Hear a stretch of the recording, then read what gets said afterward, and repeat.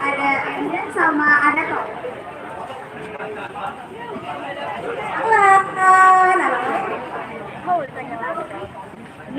Jadi aku ada pertanyaan nih. Buat produksi barang bekas. Itu kan tidak ada batasnya. Selain itu juga ya dari sisi ekonomisnya kita nggak perlu mengeluarkan biaya yang lebih banyak untuk membeli alat musik. Ini juga mengembangkan kreativitas dari imajinasi kita dalam keren banget.